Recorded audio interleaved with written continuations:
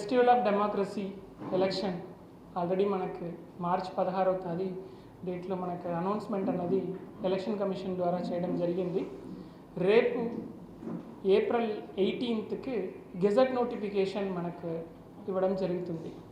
So April 18th gazette notification ఇచ్చిన date నుంచి మనకి నామినేషన్స్ అనేది ఫైల్ అవ్వడం జరుగుతుంది. ఏలూరు పార్లమెంటరీ కాన్స్టిట్యున్సీ మరియు 7 అసెంబ్లీ కాన్స్టిట్యున్సీలు అన్నింటిలో కూడా రేపు నుంచి నామినేషన్స్ పేపర్స్ అన్నది కలెక్ట్ చేసుకోవడం జరుగుతుంది. బ్రాడ్గా మీకు ఫుల్ డీటెయిల్స్ చెప్పే ముందు ఏలూరు డిస్ట్రిక్ట్ సంబంధించి ఓటర్ ప్రొఫైల్ మరియు మిగతాది కూడా ఒకసారి బ్రీఫ్గా చెప్తాను.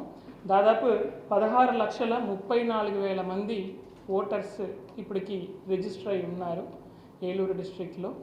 వీళ్ళు 1744 పోలింగ్ స్టేషన్లో వాళ్ళు ఓటు హక్కుని వినియోగించుకుంటారు. దీనికి కావాల్సిన అన్ని అరేంజ్మెంట్స్, పోలింగ్ స్టేషన్ సంబంధించిన అరేంజ్మెంట్స్ అన్నీ కూడా ఆల్రెడీ చేయడం జరిగింది. మరియు ఓటర్ లిస్టులో ఈ నెల 15వ తారీఖు 15th ఏప్రిల్ దాకా వచ్చిన అప్లికేషన్స్ ఏది ఉన్నాయో అది అన్నీ కూడా ఫామ్ 6 అప్లికేషన్స్ ఏది ఉన్నాయో అది అన్నీ కూడా డిస్పోజ్ చేయడం జరుగుతుంది. ఫామ్ 7 and 8 అనేది ఆల్రెడీ ఫ్రీజ్ అయిపోయింది. సో ఓటర్ రోల్ సంబంధించిన అన్ని ప్రిపరేషన్స్ మనకు నియరింగ్ కంప్లీషన్ ప్రాసెస్లో ఉన్నాయి.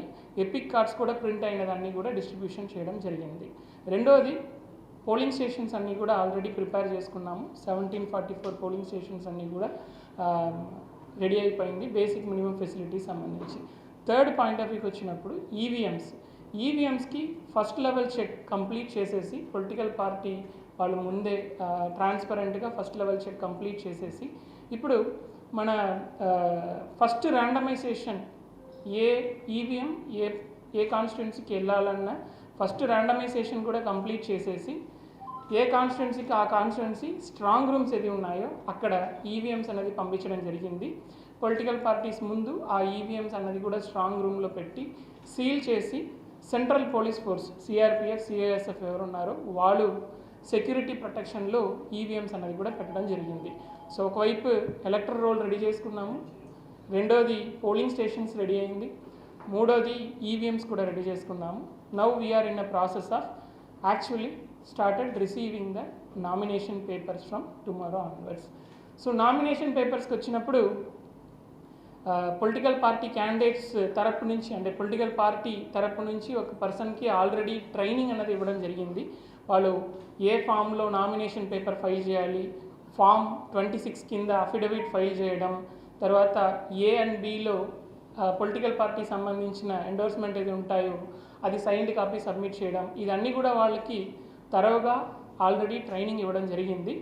రేపు నుంచి morning 11 AM to 3 PM nomination papers అన్ని రిటర్నింగ్ ఆఫీసర్స్ అసెంబ్లీ కాన్స్టిట్యున్సీ వాళ్ళ కార్యాలయంలో మరియు పార్లమెంటరీ కాన్స్టిట్యున్సీ రిటర్నింగ్ ఆఫీసర్గా కలెక్టరేట్లో ఇక్కడ నామినేషన్ పేపర్స్ తీసుకోవడం జరుగుతుంది. సో ఈ నామినేషన్ పేపర్స్ ఫైల్ చేయడానికి వచ్చినప్పుడు మినిమం 3 వెహికల్స్ మాత్రమే పర్మిషన్ ఇవ్వడం జరుగుతుంది 100 మీటర్ పరిధిలో. మీకు రిటర్నింగ్ ఆఫీసర్ ఆఫీస్ ఎక్కడ ఉందో అక్కడ నుంచి 100 మీటర్ పరిధి లోపల 3 వెహికల్స్ మాత్రమే పర్మిషన్ ఇస్తారు. మిగతా వెహికల్ ఏదైనా ఉంటే 100 మీటర్ అవతల సైడ్ పార్క్ చేసేయాలా. మరియు రిటర్నింగ్ ఆఫీసర్ ఛాంబర్ లోపల ఎంటర్ అయ్యేది 1+4 అంటే క్యాండిడేట్ ప్లస్ 4 మొత్తానికి 5 మంది మాత్రమే రిటర్నింగ్ ఆఫీసర్ ఛాంబర్ లోపల ఎంటర్ అవ్వడానికి పర్మిషన్ ఇస్తారు. ఒక candidate 4 nomination papers maximum file చేసుకోవచ్చు. స్క్రూటినీ టైంలో ఒక పేపర్ కన్సిడర్ చేసి మిగతా 3 నామినేషన్ పేపర్స్ పక్కన పెట్టడం జరుగుతుంది.